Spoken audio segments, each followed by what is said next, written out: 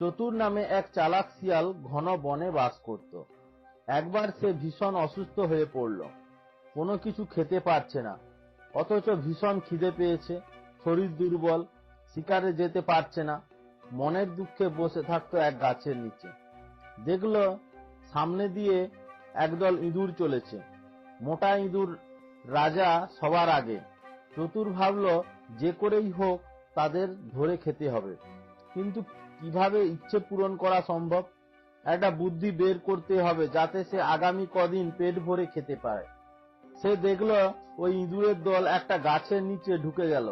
তার মাথায় একটা দুষ্টু বুদ্ধি এলো। চতুর পায়ে পায়ে হেঁটে গেল সেই গাছের দিকে। তারপর এক পা তুলে দাঁড়িয়ে থাকলো, মুখটা খোলা, তাকিয়ে আছে সূর্যের দিকে। মনে হলো সে যেন ভীষণ ভাবে ধ্যান করছে। কিছুক্ষণ বাদে ইঁদুরের রাজা বেরিয়ে এলো গাছের তলায় গর্ত থেকে। চোখের সামনে শিয়ালকে দাঁড়িয়ে থাকতে দেখে সে তো ভীষণ ভয় পেয়ে গেল। সে ভাবলো শিয়ালটা বোধহয় তাদের মারবার জন্য সেখানে এসেছে। একটু বাদে ইঁদুরের রাজা বুঝতে পারলো শিয়ালটা এখন ধ্যান করছে, এমনকি সে তার দিকে ফিরেও তাকালো না। এই ঘটনা দেখে রাজা তো একেবারে অবাক। সে জানতে চাইলো শিয়াল কেন ধ্যান করছে। চালাক শিয়াল বলল সে এখন আর পার্থিব ব্যাপারে মোটেই আগ্রহী নয়। সে সূর্য দেবতার আরাধনা করে বাকি জীবনটা কাটিয়ে দেবে। এখন থেকে সে বাতাস ছাড়া আর কিছুই খাবে না, তাই মুখটা খোলা রেখেছে।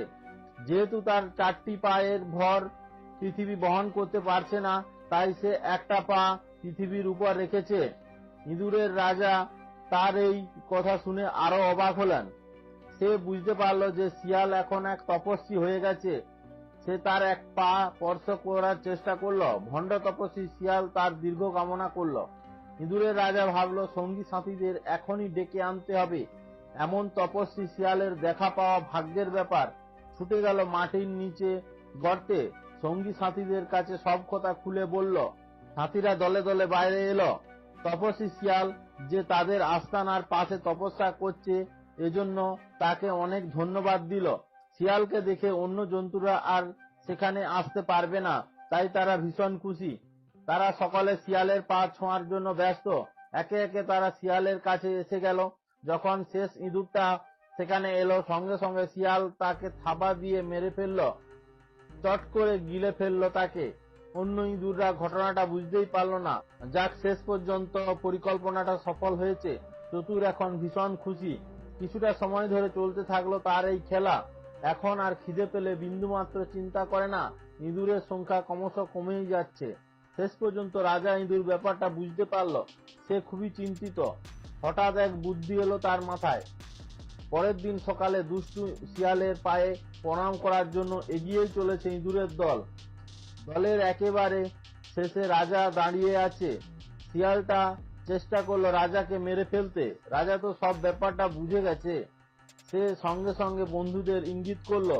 সকলে একসঙ্গে ঝাঁপিয়ে পড়লো শিয়ালের উপর, আঁচড়ে কামড়ে দিল তাকে। শিয়াল যন্ত্রণায় চিৎকার করতে থাকে। শিয়াল বুঝতে পারলো অন্যায় করলে শাস্তি পেতেই হবে। রাগী ইঁদুররা তাদের তীক্ষ্ণ দাঁতে শিয়ালের শরীর ফালা ফালা করে দিল। চতুর শেষ অবধি অনেক যন্ত্রণা সহ্য করে মৃত্যুবরণ করতে বাধ্য হলো। নমস্কার বন্ধুরা, আপনাদের এই শিয়ালের গল্পটি যদি ভালো লেগে থাকে অতি অবশ্যই আমাদের চ্যানেল সাবস্ক্রাইব করবেন এবং বন্ধুদের মধ্যে শেয়ার